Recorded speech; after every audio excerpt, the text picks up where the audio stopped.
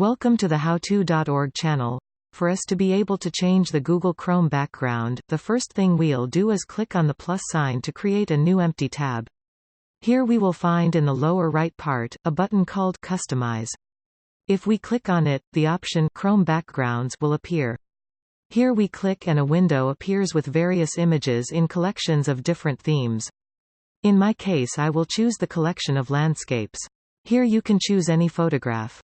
I will click on the first one and a check will appear. Then I'll click on Done and wait a few seconds. It's ready. We've changed the background easily. We also have the option to upload your own photo and place it in the background. The Customize button has changed and a pencil icon now appears at the bottom left. Click on it and let's choose the Upload an Image option. Here we can see today's history. An hour ago. We'll go back to our options and click on the Clear Data button. When we go back to the history, we'll see that the last search has been deleted. Finally, if we want to go back to the white background, click on the pencil icon and click on Restore Default Background. Thank you for watching our video. We hope it helped you a lot.